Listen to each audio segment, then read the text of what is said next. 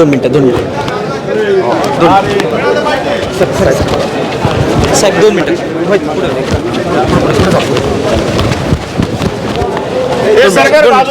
एक थोडं चला दादा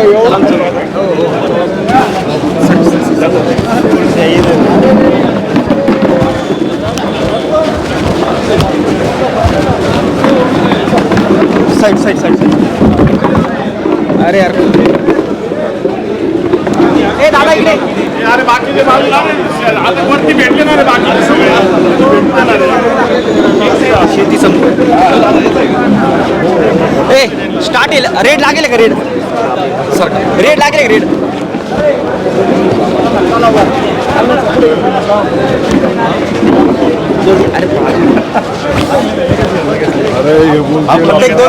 फक्त दोन प्रश्न आहे सर. माझ्यासोबत मंत्री दादा भुसे साहेब आहे व चांदोडमध्ये आहे. आपण शेतकऱ्याला एकदम कठीण परिस्थिती आहे. शेतकऱ्याच्या कोणत्याच पिकाला भाव नाही आहे. उपोषणाचा आज 4था दिवस आहे. 2च प्रश्न सर. अरे तुमचं केलं की प्रत्येकाला करावं लागेल.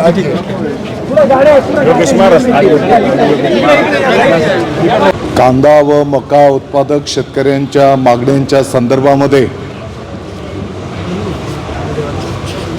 डॉक्टर गायकवाड साहेब, डॉक्टर कुंभारडे साहेब आणि इतरही 11 शेतकरी बांधव प्रमुख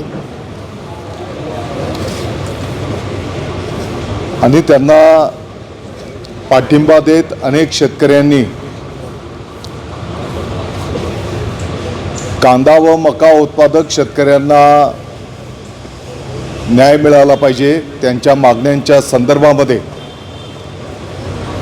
आमरण उपोषण सुरू केलेलं आहे. मला वाटतं की आजचा 4था दिवस आहे. खरं म्हणजे खासदार साहेब, मी मालेगावला एका कौटुंबिक कार्यक्रमाच्या निमित्ताने शासनाकडनं परवानगी घेऊन आज रजा घेऊन मालेगावी जात होतो. येत असताना मला कळालं की अशा पद्धतीचं उपोषण आंदोलन चालू आहे. करून थेट शेतकऱ्यांकडून किंबहुना बाजार समितीमध्ये पारदर्शक पद्धतीने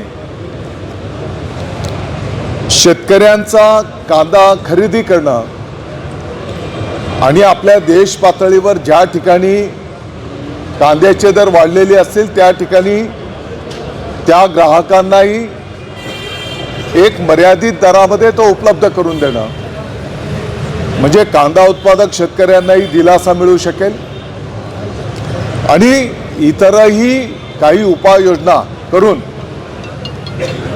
कारण आज देश पातळीवर जर आपण कांद्याचा जर माहिती घेतली तर साधारणपणे 40-50% देश पातळीवर आपलं राज्य आहे आणि त्यातल्या त्यात राज्य पातळीवर आपला नाशिक जिल्हा कांदा उत्पादक शेतकऱ्यांची संख्या मोठी आहे. आणि म्हणून माझ्या माहितीप्रमाणे या संदर्भामध्ये आपल्याला माहिती आहे की शेतकरी नेते माजी आमदार माननीय पाशा पटेल साहेब यांच्या अध्यक्षतेखाली शासनाने एक समिती गठीत केलेली आहे आणि त्या समितीने सर्वंकष अभ्यास करून कायमस्वरूपी या संदर्भात काय तोडगा काढता येईल अभ्यास करून अहवाल सादर करणं असे निर्देश माननीय मुख्यमंत्री महोदय देवेंद्रजी फडणवीस साहेब, माननीय उपमुख्यमंत्री महोदय एकनाथजी शिंदे साहेबांनी त्या समितीला त्या ठिकाणी दिलेले आहेत. मला वाटतं की लवकरात लवकर त्यांचा अहवाल येऊन त्याची अंमलबजावणी करणं हा एक भाग झाला. आत्ताच्या घडीला तातडीने कांदा उत्पादक शेतकऱ्यांना कशा पद्धतीने दिलासा देता येईल उपोषणकर्त्यांना मी विनंती आवाहन करतो की शक्य झालं आणि माननीय मुख्यमंत्री महोदय, उपमुख्यमंत्री महोदय उद्या नाशिकला काही कार्यक्रमाच्या निमित्ताने येत असतील तर आपलं निवेदन घेऊन मी स्वतःही तुमच्यासोबत येईल. किंबहुना येणाऱ्या 2-4 दिवसाच्या आत आपलं शिष्टमंडळ घेऊन मी स्वतः माननीय आपले सर्व लोकप्रतिनिधी, स्थानिक सर्व लोकप्रतिनिधींना सोबत घेत माननीय मुख्यमंत्री महोदय, माननीय उपमुख्यमंत्री महोदयांच्याकडे मी तुम्हाला घेऊन जाईल. त्या ठिकाणी आपण सविस्तरपणे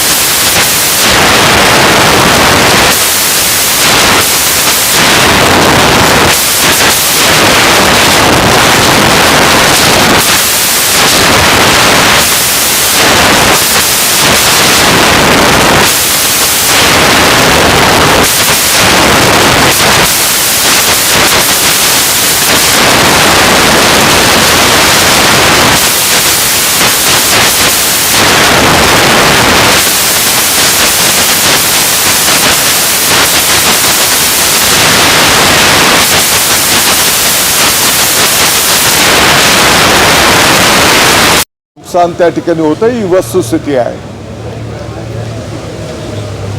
आणि म्हणून या संदर्भामध्ये मागच्या कॅबिनेटमध्ये पण मी स्वतः हा मुद्दा उपस्थित केलेला होता आणि मंत्रिमंडळाने या संदर्भामध्ये सविस्तर चर्चा पण केलेली होती. त्या चर्चेच्या आधारावर माननीय मुख्यमंत्री महोदयांनी केंद्र शासनाला या संदर्भातलं पत्र पण लिहिलेलं आहे की MSPच्या माध्यमातून मका खरेदीचे केंद्र वाढवण्यात यावे, कोटा वाढवून देण्यात यावा आणि कालावधी पण वाढवून देण्यात यावा. मला वाटतं की ही मागणी जर आपली मान्य झाली तर निश्चितपणे शेतकरी बांधवांना त्या माध्यमातून दिलासा मिळू शकणार आहे. आणि या संदर्भातलं ऑलरेडी पत्र माननीय मुख्यमंत्री महोदयांनी केंद्र शासनाला दिलेलं आहे. तत्राप माझी उपोषणकर्त्यांना विनंती असणार आहे की तुमच्या भावनांशी शासन 100% सहमत आहे. जसं मी आपल्याला विनंती केलेली आहे की शक्य झालं तर उद्या, नाही तर येणाऱ्या 4 दिवसाच्या आत आपलं शिष्टमंडळ आपल्या मागण्यांसह माननीय मुख्यमंत्री महोदय, माननीय उपमुख्यमंत्री महोदयांच्यापर्यंत आपण जाऊ. आपण आपल्या भावना शेतकऱ्यांच्या प्रती ज्या आहेत त्या समोर त्या ठिकाणी आपण ठेवाव्यात. मला विश्वास आहे की निश्चितपणे सकारात्मक मार्ग त्या ठिकाणी निघेल. आणि म्हणून मी आपल्या सर्वांना विनंती करतो की कृपया आपण उपोषण या ठिकाणी मागे घ्यावं ही विनंती मी सर्व उपोषणकर्त्यांना करतो. एक मुद्दा महत्त्वाचा, आपण या ठिकाणी आमच्या सगळ्या भावना जाणून घेण्याकरता उपस्थित राहिला त्याबद्दल मी सर्व चांदवड तालुक्यात महत्त्वाचा मुद्दा आहे साहेब. आता अर्थसंकल्पीय अधिवेशन चालू आहे राज्याचं आणि त्याच्यामध्ये जर शेतकऱ्यांना शासनानं काही मदत जाहीर केली तर ते निश्चित बरं होईल. आमची निश्चित आपण आपल्या प्रयत्नानं मुख्यमंत्र्यांशी भेट घालून देणारा 100% खरं आहे. परंतु ह्याच अधिवेशनात शासनानं या कांदा उत्पादक शेतकऱ्यांना मदत जाहीर करावी असं या ठिकाणी मी सर्व उपस्थित चांदवड तालुक्यांच्या शेतकऱ्यांच्या वतीनं या ठिकाणी आपल्याला विनंती करतो. साहेब, आज सकाळी सर्वांच्या शेतकऱ्यांच्या वतीनं रास्ता रोको करण्यात आला आणि रास्ता रोको करत असताना त्या ठिकाणी आंदोलनकर्त्यांशी सर्व शेतकऱ्यांनी चर्चा केली असताना सर्व आंदोलनकर्त्यांनी या ठिकाणी सांगितलं शासनाचा कोणी प्रतिनिधी जोपर्यंत आमच्यापर्यंत येत नाही तोपर्यंत आम्ही थांबणार नाही अशी चर्चा त्या ठिकाणी झाली. आणि आपण आहात त्यानंतर खासदार बगरे सर आणि खासदार शोभाताई, आपण खऱ्या अर्थाने या आंदोलकांची किंवा या शेतकऱ्यांची अडचण जाणून घेण्यासाठी या ठिकाणी आला, त्याबद्दल आपले मनापासून चांदोडमधील सर्व शेतकऱ्यांच्या वतीने आभार मानतो. आणि आपल्या हस्ते आपण आंदोलकांना विनंती करतो की आपल्या मागणीप्रमाणे आता शासनाचे प्रतिनिधी आपल्याकडे आलेले असतात, आदरणीय कृषी साहेब असतील, आदरणीय खासदार साहेब असतील, दोन्ही तिघांच्याही विनंतीला मान देऊन आपलं उपोषण आपण या ठिकाणी थांबवा. धन्यवाद. एक मिनिट एक काम करा, 11 लोक थोडे यांच्या शेजारी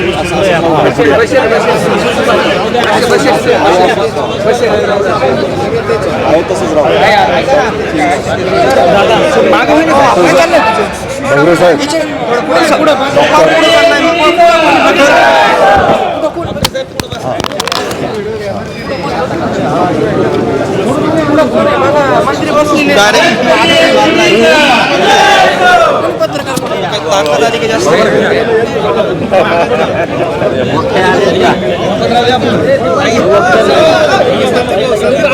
थोडं ऐका ना,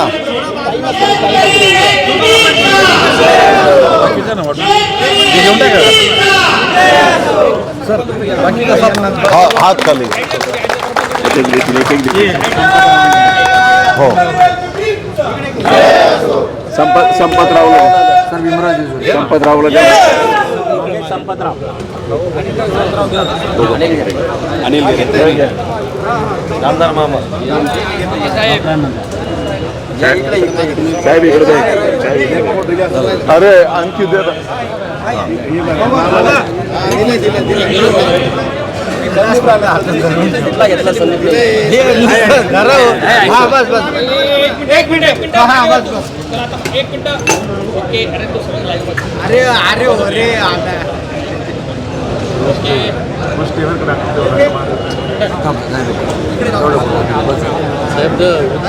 उद्याच वेळ घेऊन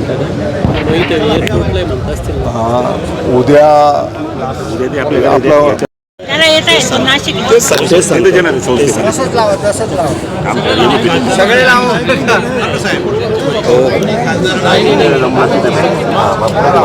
अरे बाबा, लोकप्रतिनिधी बोललो ना, आमदार खासदार बोलले मान्य सर मान्य.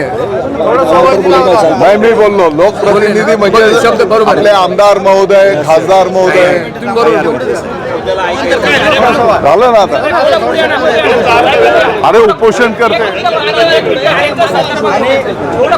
या विषयावरती थोडक्यामध्ये आता जे उपोषण सोडलं गेलं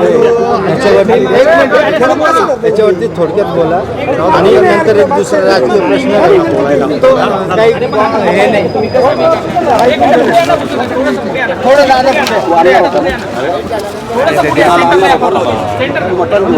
अरे हे दादा काय सांगाल आज हो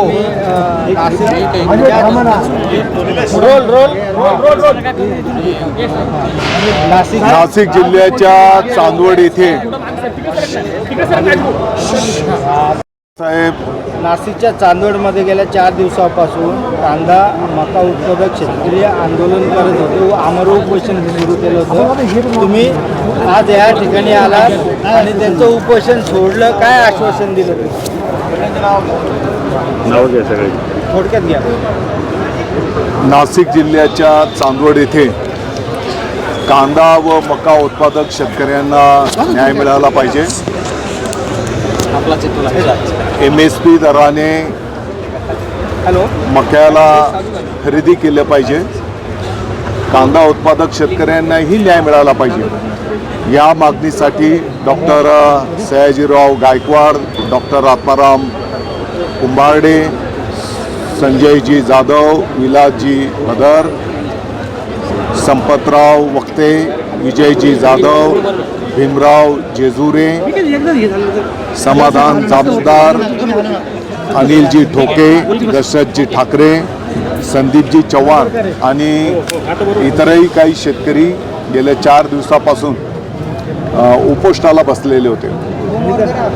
ही वस्तुस्थिती आहे की कांदा आणि मका या दोन्ही पिकांना आता बाजारामध्ये कमी दर मिळत आहेत आणि म्हणून शेतकरी अडचणीत आलेला आहे. उपोषणकर्त्यांच्या भावनांशी शासनही त्या ठिकाणी सहमत आहे. यापूर्वीच कांद्याच्या संदर्भामध्ये माननीय मुख्यमंत्री महोदय देवेंद्रजी फडणवीस साहेब, माननीय उपमुख्यमंत्री महोदय एकनाथजी शिंदे साहेबांच्या सूचनेनुसार माननीय शेतकरी नेते पाशा पटेल साहेबांच्या नेतृत्वाखाली कांद्याच्या संदर्भातलं कायमस्वरूपी काय आपल्याला मार्गक्रमण करता येईल. कारण दर 2-3 वर्षाने हा प्रश्न त्या ठिकाणी उपस्थित होत असतो आणि म्हणून एक समिती गठीत करण्यात आलेली आहे.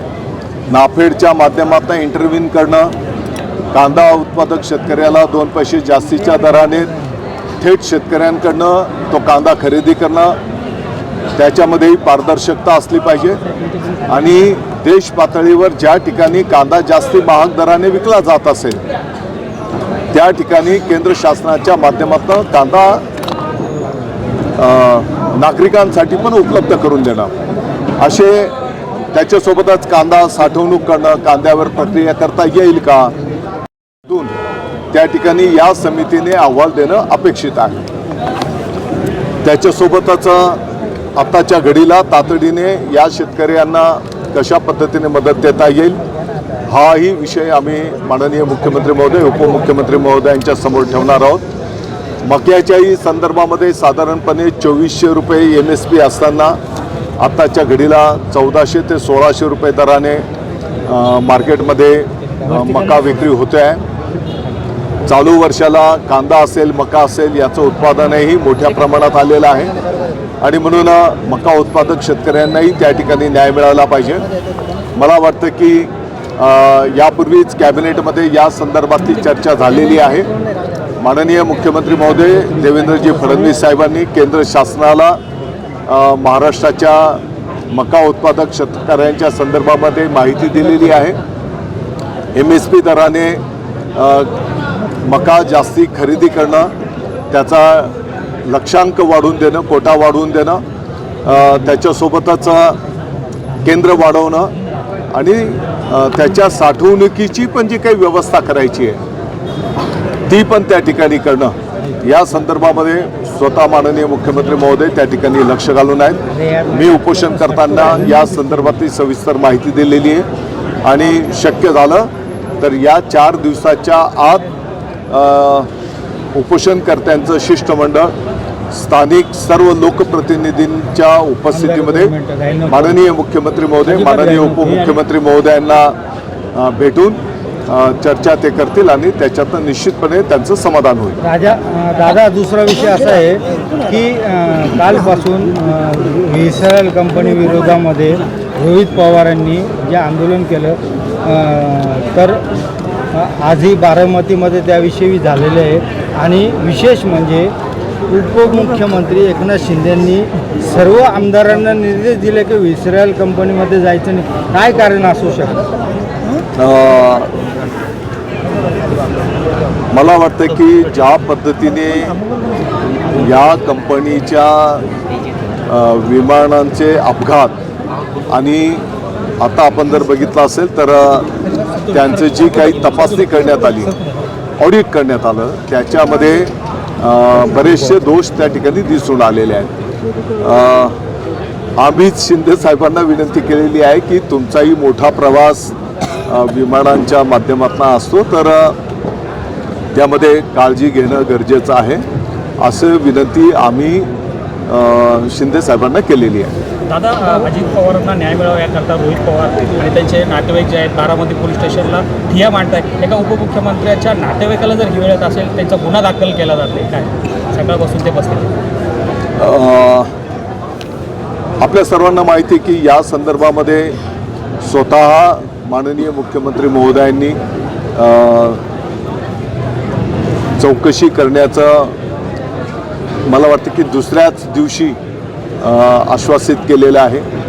या संदर्भामध्ये CBI चौकशीची मागणी करण्यात आली आणि त्या भावना मुख्यमंत्री महोदयांनी केंद्र शासनाला कळवलेल्या आहेत. आता CBI चौकशीच्या माध्यमातून सगळ्या गोष्टी पुढे येतील. तत्राप रोहित पवारांना त्यांना ज्या काही बाबी त्यांच्या समोर आलेल्या आहेत त्या पद्धतीने त्यांची ती मागणी आहे.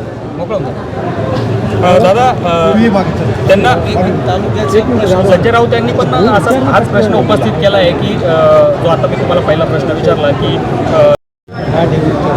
नाही, मी आपल्याला सांगितलं ना की त्यांना त्यांचं मनोगत ठेवण्याचा अधिकार आहे, परंतु या विषयाच्या संदर्भामध्ये ऑलरेडी CBIकडे चौकशी देण्याचं माननीय स्वतः मुख्यमंत्री महोदयांनी सांगितलेलं आहे.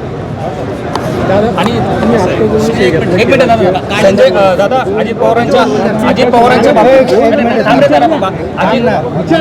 पवारांच्या बाबत जे पुरावे द्या, स्टंटबाजी नको. तसेच शरद पवारांनी पण हा अपघात म्हटलं होतं आणि प्रसिद्धीसाठी योग्य ते असं स्टेटमेंट करू नये असं नवनाथ बन यांनी भाजपच्या प्रवक्त्यांनी नाही, मी या संदर्भामध्ये काही वक्तव्य करणार नाही. विजय काळे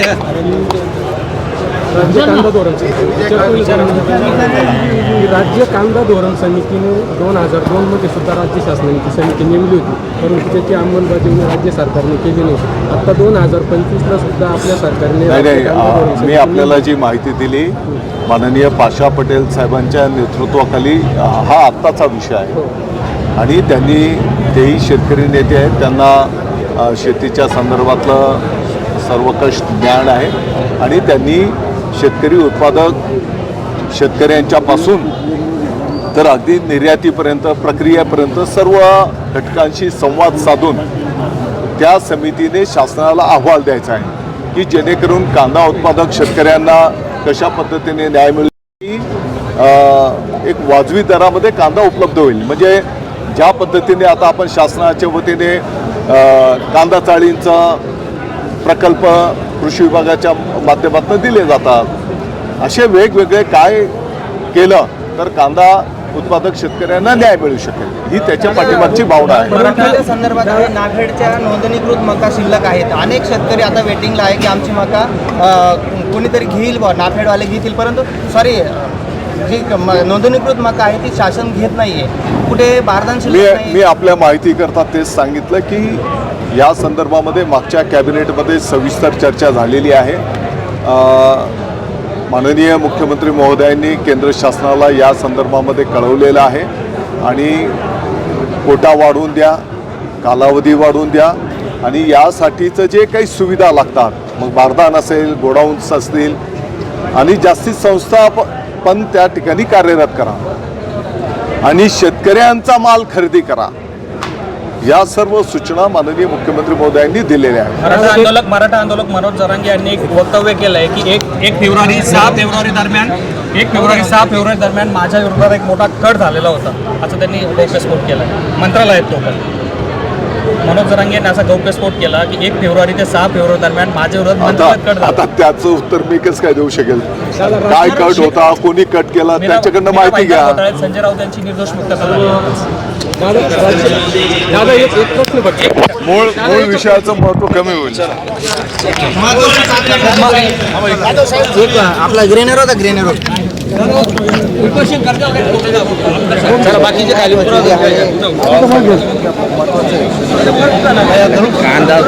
कांदा बाजूला राहिला, बाकीचेच प्रश्न केले कांदे राहिले बाजूला, सगळे वांदेच करून टाकले. कांद्याचे प्रश्न बाकीचे प्रश्न झाले. प्रश्न विचारला अहो पण कांद्याचे प्रश्न घ्यायला पाहिजे.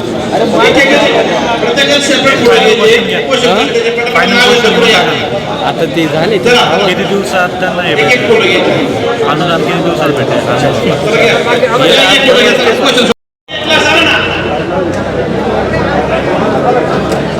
धरशाल का? मी बाईट घेतो त्यांची साहेबांची.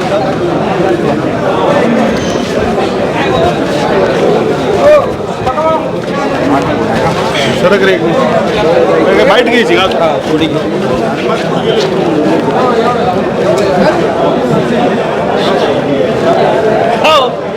रेड चालू असलं पाहिजे फक्त मला आणि मी झालं त्यांच्याकडे थेंब ठेवायचे नाही, चालूचे काहीच नाही करायचं, रेड चालू राहिलं पाहिजे.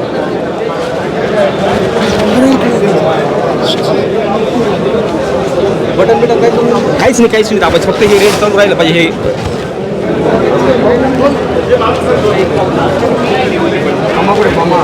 दोन मिनिटं पाहतो.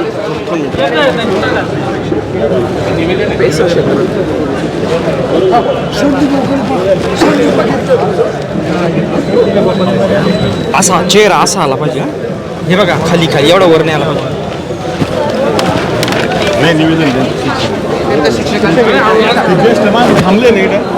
हे बघा असं धरायचं, असं ओके. या स्टेजला वर नाही करायचं.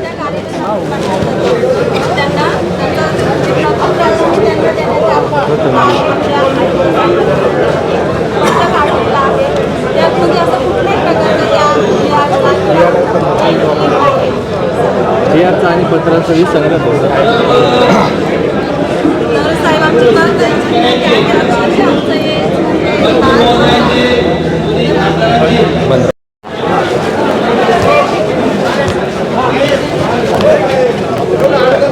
दोन मिनिटं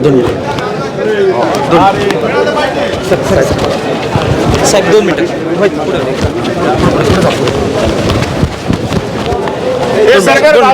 एक थोडं अरे मला की सांगायचं होईल. चला दादा येऊ.